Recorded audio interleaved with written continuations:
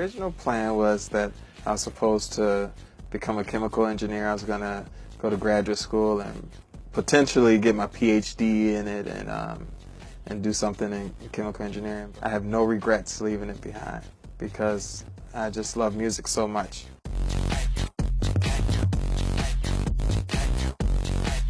Well, the very first track I ever did wasn't released, and thank God for that, because I don't want to hear it, and I know for sure nobody else wants to. And I don't really remember the name of it, but all the things that I did in the beginning were not good at all.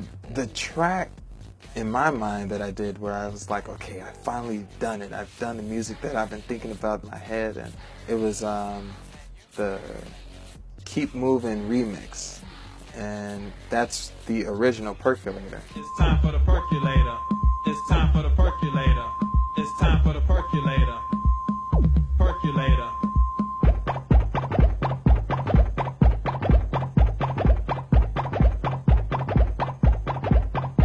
So it's almost 20 years because I started working on the original track, Keep Moving, in 90, came out in 91.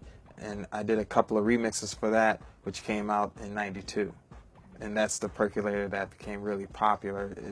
It took a year for it to take off, so by the summer of 93, the Percolator was really popular here in Chicago. Right now, the remixers are Major Lazer, the Stiflo, and Switch, Dave, DJ Gantman, we have Bad Boy Bill, Mix and Mark,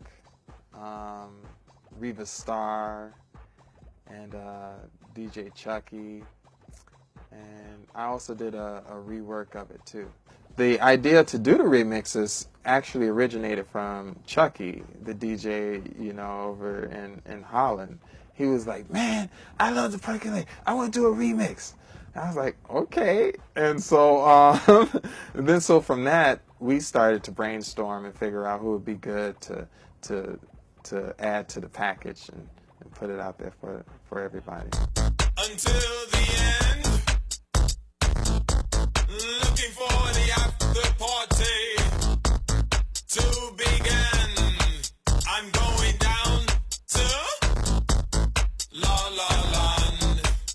Well, the people that know my story know the things that I've been through, and in the beginning, my stuff was really more so happy or just fun music, because that's what I've always really been about. It's just making good fun music for the people in the clubs, so that they could just dance their worries and cares away. But when you become an artist, I think all artists have their moments where they do a little bit of soul searching and just trying to find their path and make sense of it all.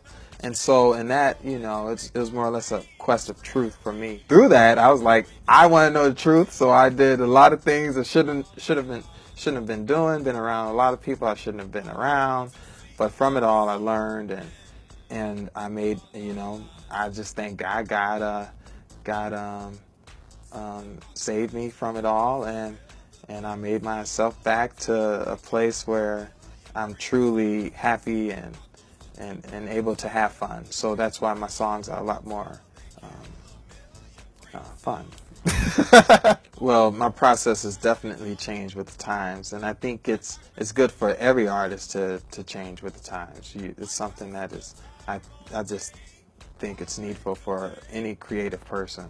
You have to be in tune with the times. What I do now is that I use a lot of the computer software technology, and that helps make the process way easier than it used to go back in the day.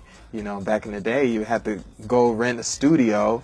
I don't know, anywhere from, maybe you could find something like $25, but I'd say on average $40 an hour up to $100 an hour. I would have my rough ideas together, get to the studio, and try to do a whole 4-track EP in like 4 hours because I didn't have the money. So it's there were a lot more pressures on the artists, I think, because there's that money factor involved. Now it's like any kid can go get a little laptop, get a they call them jailbreak system, and off they go. They can make a song in any time, but at the same time, it really makes things a lot easier as far as for artists to be creative. Well, for me, I can get very thought-provoking at times, and so I just think it's time for us to really start spreading love. And I honestly say that. It may sound hokey or whatever, but that's where my heart is. So it's time for us to be a lot more loving and just let things go. It's not worth it.